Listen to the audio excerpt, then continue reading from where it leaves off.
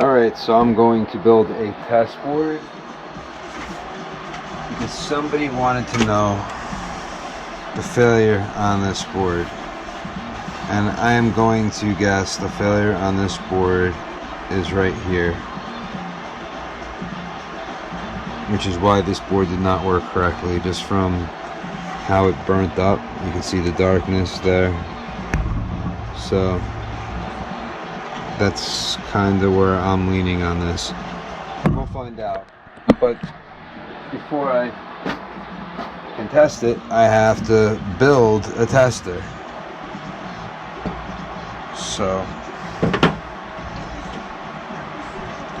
first things first, let's just quickly open this up.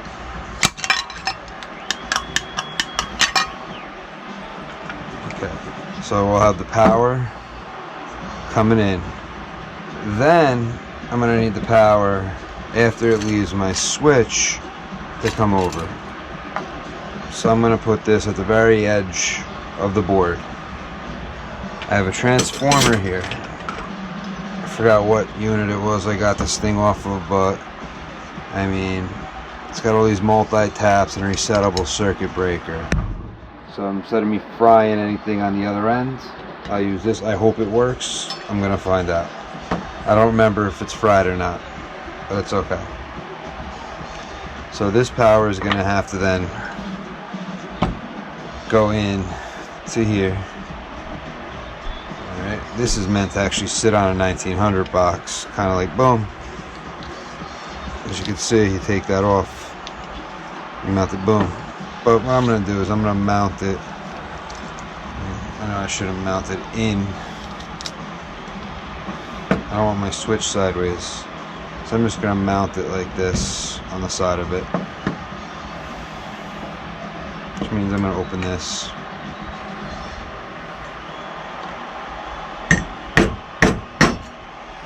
Doesn't matter, I can have them all opened. I'm building a test board.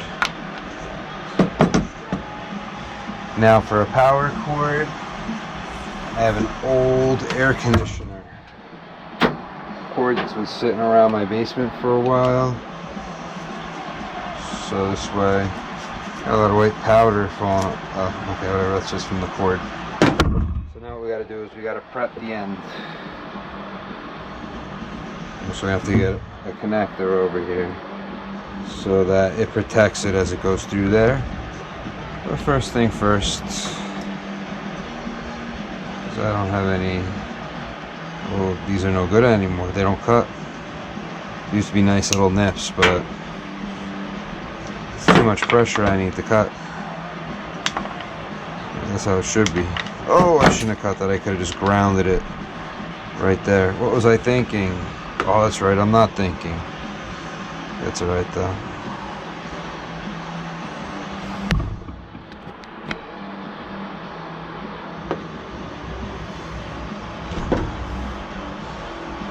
This is 110 feet. That killed me. Wow. This is gonna be a splice. Good. That's a. This goes to switch. Good. This is just the ground.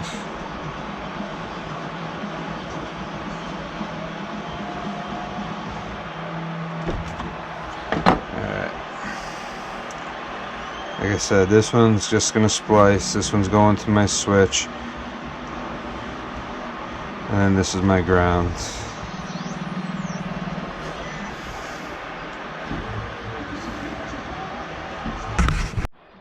Alright, so on our transformer, since it's a multi-tap, we have common and black. So white and black. Primary common is black, 120 is white, 208 is red. So yeah, so red is not needed. So we're going to cut red off just to eliminate. I'm going to wrap it in tape in a minute, but I'm just going to eliminate everything I don't need. Orange, let's get rid of orange because that's 240. We don't need that either. So we've cut that off. Now our secondary is blue and yellow. So these are the wires we're going to use. Here, this is my primary voltage, my secondary voltage. I'm going to place my transformer right here, and I'm only going to put the hot legs into this box right here. I'm going to keep everything else out. Let's see, black. Bring this through. Fix up my wiring, give it new ends.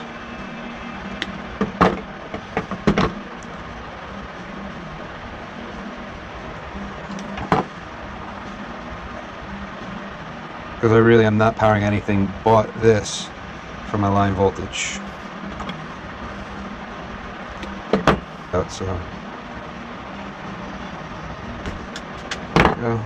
This is just a splice right around everything to where my power cord comes up.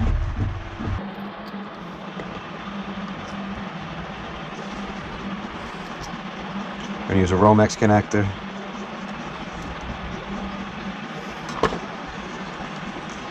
Really, for what I'm doing, I don't need connectors, but I figure, you know what, might as well keep it from grounding out or anything over here. The last thing I need to do, when I don't know if it's a shorted transformer or not, I should check that also before I put it in. So I'm not taking a chance with that. So this is now, I'm going to bring this here. Time to mount it so it's not moving. Instead of putting all the wires in my way.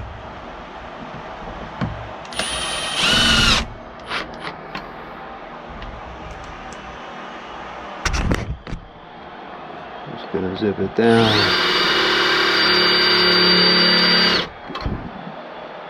That doesn't really have a point.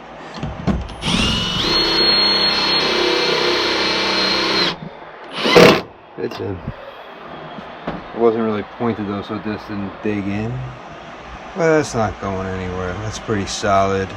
So now we have our wire connections right here.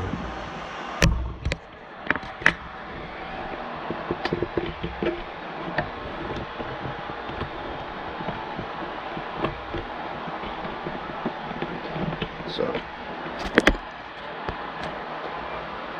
now we're going to bring our transformer wire connections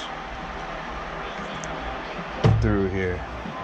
And we're going to do the same thing as the other side. I don't even care if I tighten this down. This is more protection, so it doesn't chafe or scratch through and ground out to my electrical box.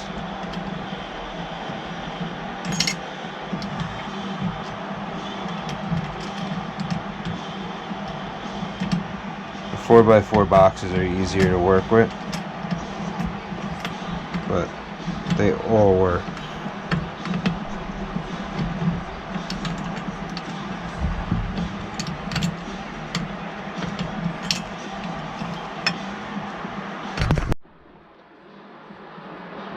So we're just going to put this on real fast.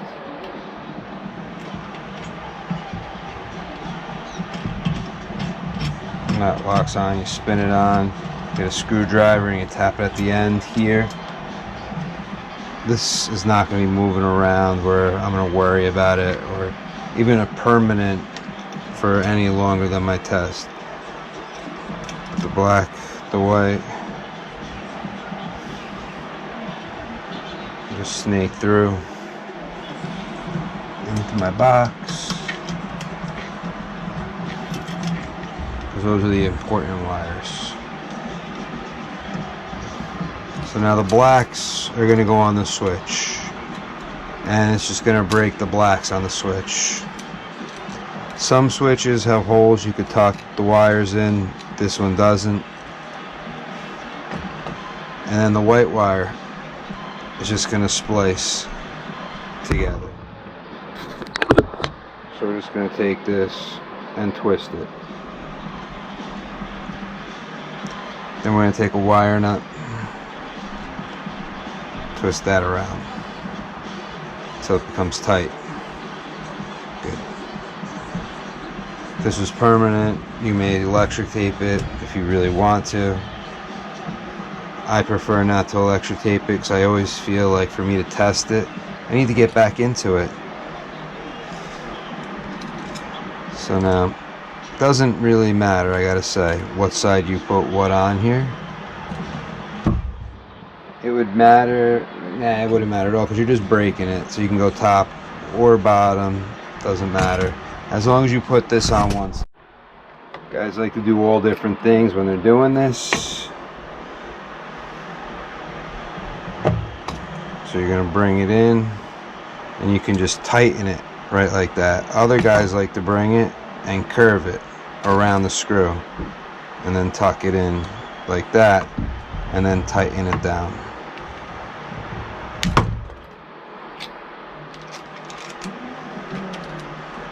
This one looks like it'd be tough to put a connector on.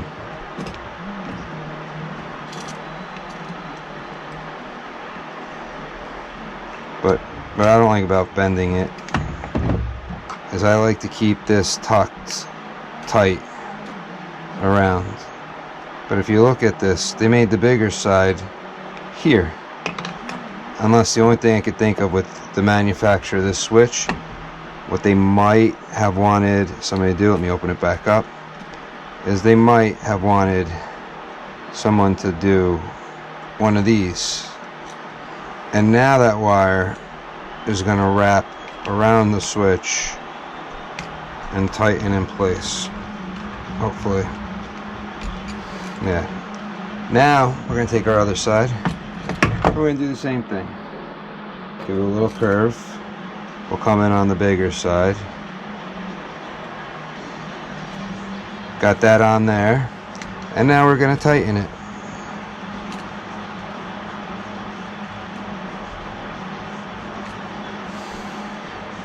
Of course, this wire is like paper thin, so it's trying to jump out of the way a lot more than the other one tried. But right there, it's staying. I should have started the screw because it's brand new, so it's never moved. But there we go. We got both of them on, and they're on tight.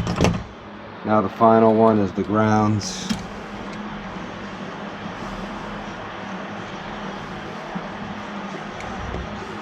We're just going to tighten this one on. This just grounds the screw out.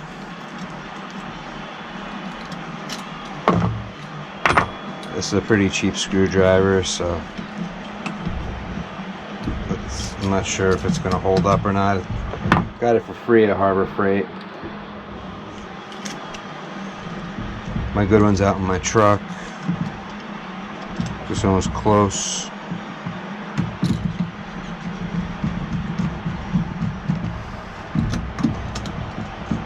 Now, I didn't look at the cover of this, but some of them we got to break these tabs off. It all depends where it's being installed to if these tabs have to come off. See, before I screw it all the way down, here's my cover plate. It will sit. Remember, this is only for testing, but a lot of times, usually you break these off.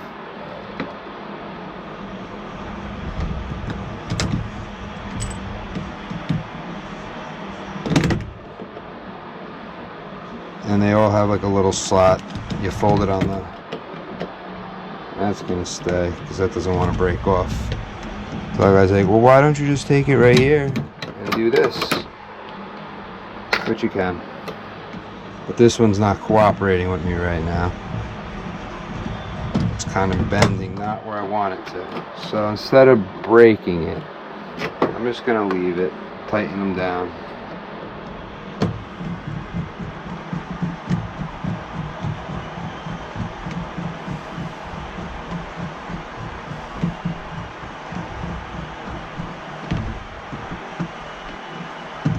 And we're getting closer. But we just wired a switch in.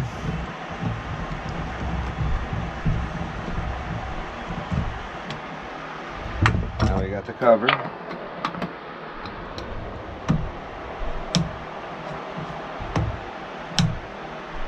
This way's off, that way's on. Doesn't matter how you have it, off and on. I mean, you usually want on or up, off, down, but this doesn't really matter. So, one way's on, one way's off. That's all that matters here. Remember, I'm just building a tester. This is the first part of building my tester.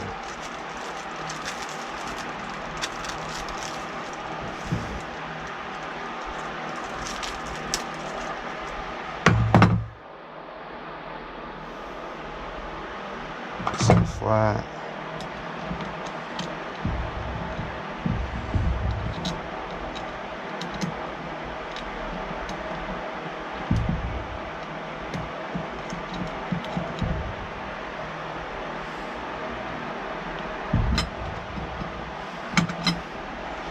An old Blackman pen. I don't know if anybody remembers Blackman, but they're gone. I think they're now part of Ferguson.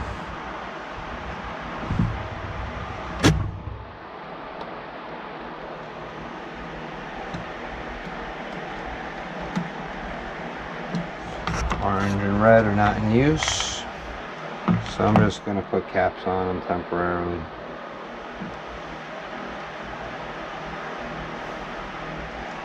So yellow and blue are in use.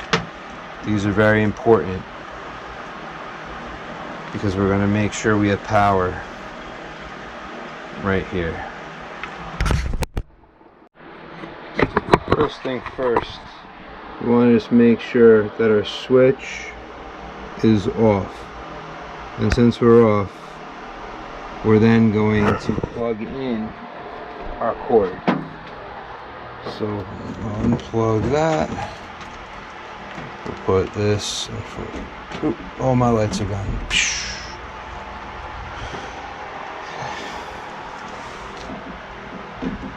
Pop that in. Reset the light is on that. Next thing, we take our meter. We're gonna go to 200 volts. Then we're going, I didn't fix any of this up. We're gonna put one side of the meter on the blue, the other side on the yellow.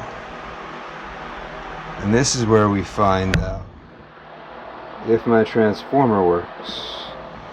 Because if my transformer works, then we're going to see 24 on the meter.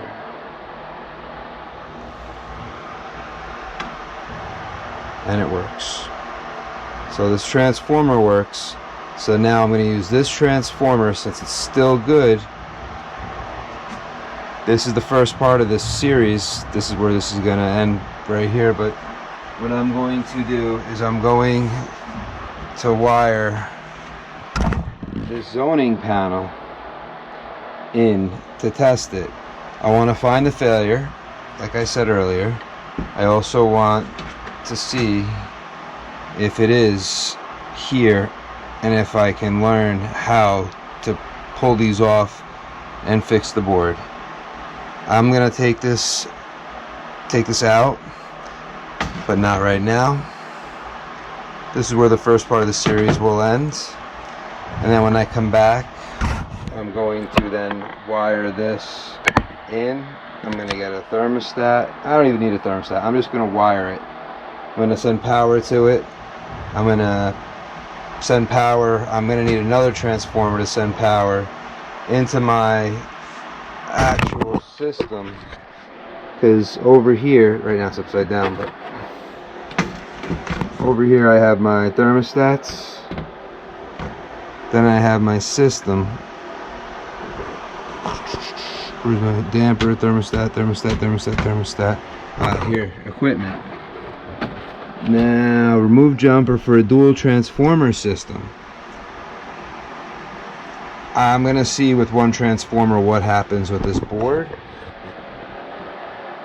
but I may want to simulate more as if this was like a different system, but it shouldn't matter. This shouldn't matter. If I'm energizing here, let's see, where's my 24?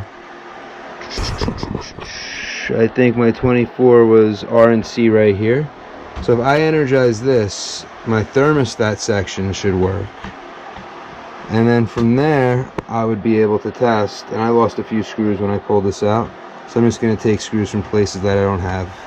But then I will test this board and see if one of these was the failure. If not, where on this board my failure lies, because I do have a little darkening here, a little darkening here, but I mean, this is pretty cooked looking. This one's a little loose, this one's very loose. So these solder joints, is that broken? Well, I'm gonna flip it over later. Until next time.